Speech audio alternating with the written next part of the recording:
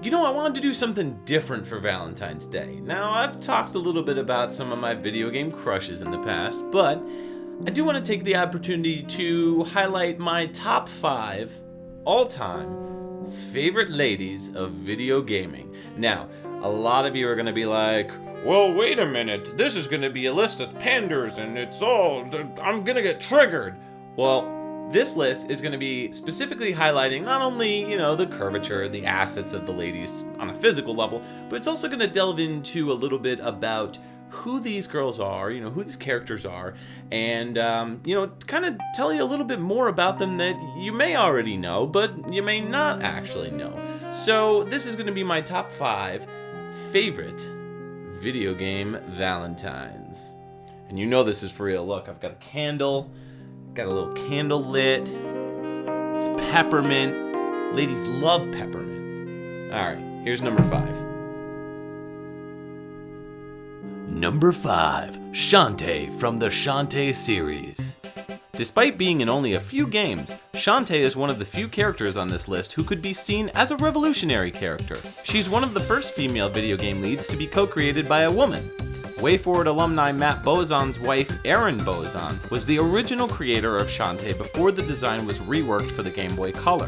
Shantae's been in 3 adventures so far, with a 4th game on its way this year. The women run the show in Shantae's world, which can draw similarities to anime movies like Princess Mononoke. Shante herself is tough as nails, but also has a great internal voice and is full of doubt, wonder, and cheekiness thanks to stellar writing from the boys and girls at WayForward. Sure, the franchise is full of gorgeous cheesecake art, but she's a belly dancing genie that attacks with her hair. How else is she supposed to dress? She definitely earned a spot on my list fair and square. Rep to go! Number 4, Jill Valentine from Resident Evil. Oh, Barry! That was too close.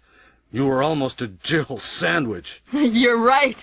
Who doesn't love Jill sandwiches? All kidding aside, Jill Valentine is the epitome of tough.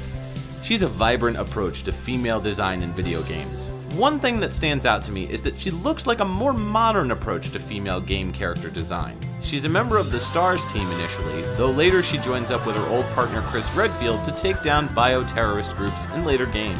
Aside from her role in Resident Evil 5, she's been a strong heroine who's not been afraid to lay the smackdown on zombies and monsters. Shinji Mikami, Jill's creator, has said that he tries to create female characters who can, and I quote, discover their interdependence as the game progresses, further stating that she has been designed against the typical erotic undertones that often plague female characters.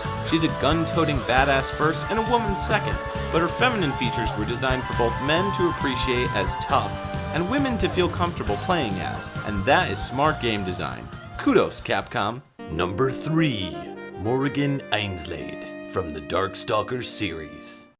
Now hold on a second. Didn't I say that this list is supposed to be characters who aren't overly sexual? Morrigan certainly doesn't fit the mold visually, but she's on my list for many reasons. Morrigan Ainslade is a character who uses her sexuality as one of her many weapons. As a succubus, she's supposed to ooze sex, and she does a phenomenal job making men do her bidding. But her background is more complex than you'd think. Morrigan is a princess of the House of Ainslade, which is one of the 3 largest houses in the world of monsters. So while Morrigan dresses sexy, with her curves spilling out every which way, she uses that to get what she wants. She has the power to prey on sleeping men and steal their life essence, and is a top-notch fighter to boot. She can control bats and use them to her advantages in fights. She's consistently bored of her princess life and always wanted to seek out new adventures, leaving her castle frequently to seek new thrills and journeys. Sounds like a Disney princess to me. Though the difference is that she's not after Prince Charming.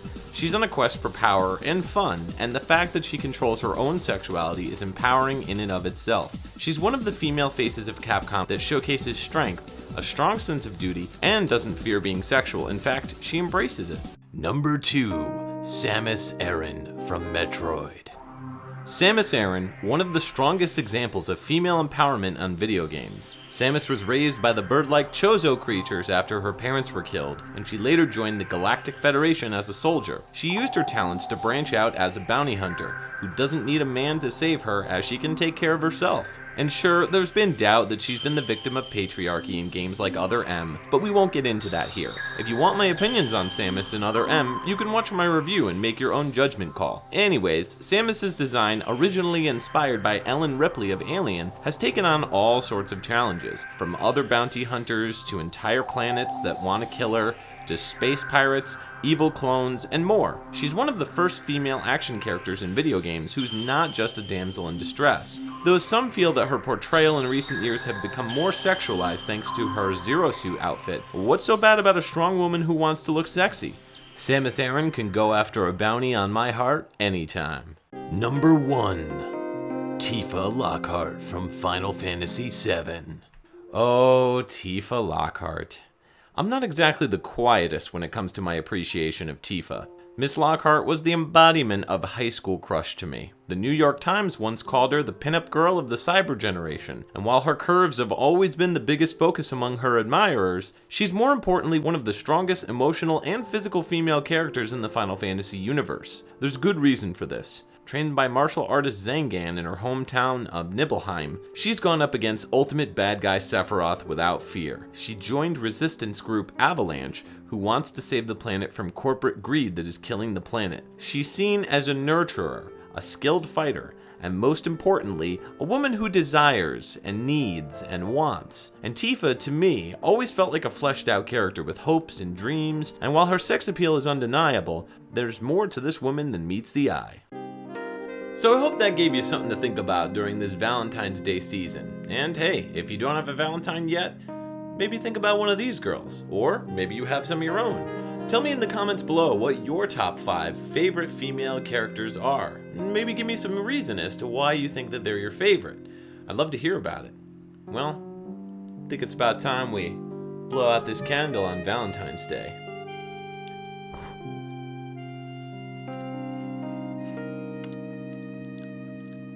I want a York peppermint patty now.